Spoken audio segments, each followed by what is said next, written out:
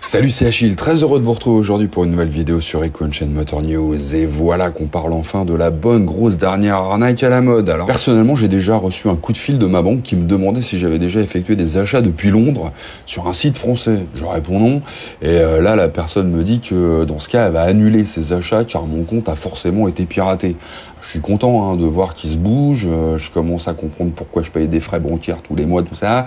Et là, le gars me dit que je dois valider une opération sur l'application de mon téléphone pour que l'annulation puisse prendre effet. Il a beau me parler dans un moment où je suis carrément dans le rush.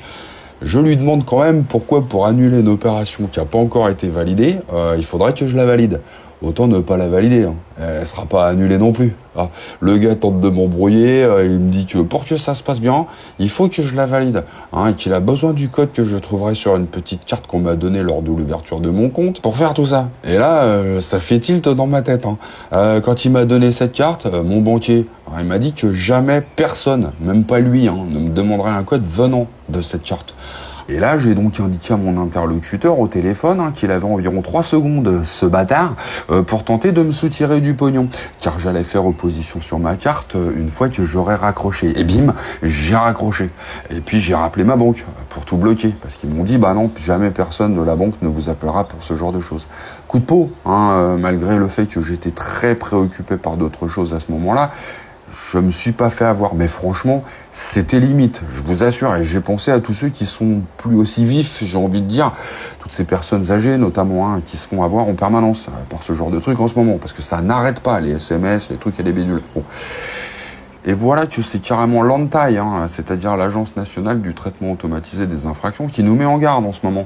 Il y a quelques temps, en Seine-et-Marne, des usagers de la route ont eu la désagréable surprise de trouver un joli petit papillon sur leur essuie-glace, leur indiquant qu'ils étaient en infraction et que pour payer l'amende, ils n'avaient plus qu'à scanner un QR code. Une fois le QR code scanné, les gens se retrouvaient sur une page où on leur demandait de rentrer des informations de carte bleue, tout ça pour payer l'amende. Vous allez me dire que le procédé est grossier. Ouais, mais croyez-moi, bien souvent, plus c'est gros, plus ça passe. Il suffit d'allumer sa télé pour s'en rendre compte quasiment tous les jours. Je vous rappelle quand même que fut un temps, on s'est quand même auto-rempli à nous-mêmes des mots d'excuses pour sortir le chien.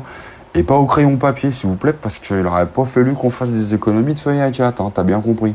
Là, à ce moment-là, la protection de la nature et tout ça, on s'en balèque. L'important, c'est que pour que ton chien puisse pondre ailleurs que sur ta moquette, fallait que tu te remplisses un mot d'excuse au stylo bille sur une feuille de papier différente à chaque fois.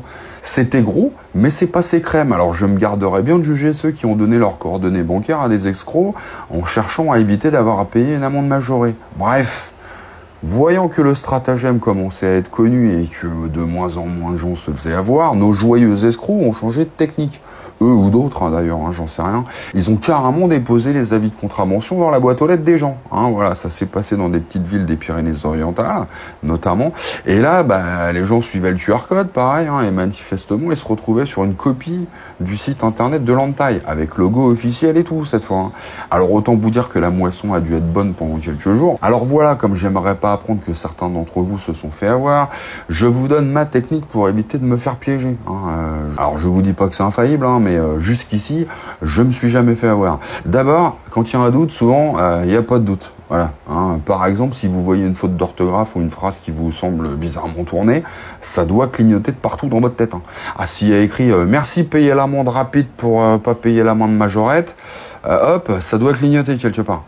Tu paniques pas, t'appelles ou tu vas toi-même sur le site en question, quoi. Si tu les as pas, les numéros, les adresses internet et tout, globalement, n'oublie pas que Google est ton ami. Peut arriver peut-être, ça arrive quand même pas souvent que Google se fasse avoir. Bref. Et puis il y a la deuxième règle d'or. Je ne suis jamais un QR code de ce genre. Je vais sur le site en tapant moi-même l'adresse. Et si on m'appelle, je raccroche gentiment et je rappelle moi-même l'organisme en question en cherchant moi-même le numéro de téléphone. Voilà, c'est un peu pareil que quand on achète une moto, quelque chose comme ça, où vous appelez vous-même et vous demandez vous-même à la banque si la personne en question, elle a bien un compte dans la banque et si elle a bien demandé un chèque de banque, etc., etc. Bon, globalement, ça vous prémunit quand même de pas mal de problèmes. Voilà, c'était juste une petite remarque comme ça en passant aujourd'hui. Et sur ce, les amis, à samedi.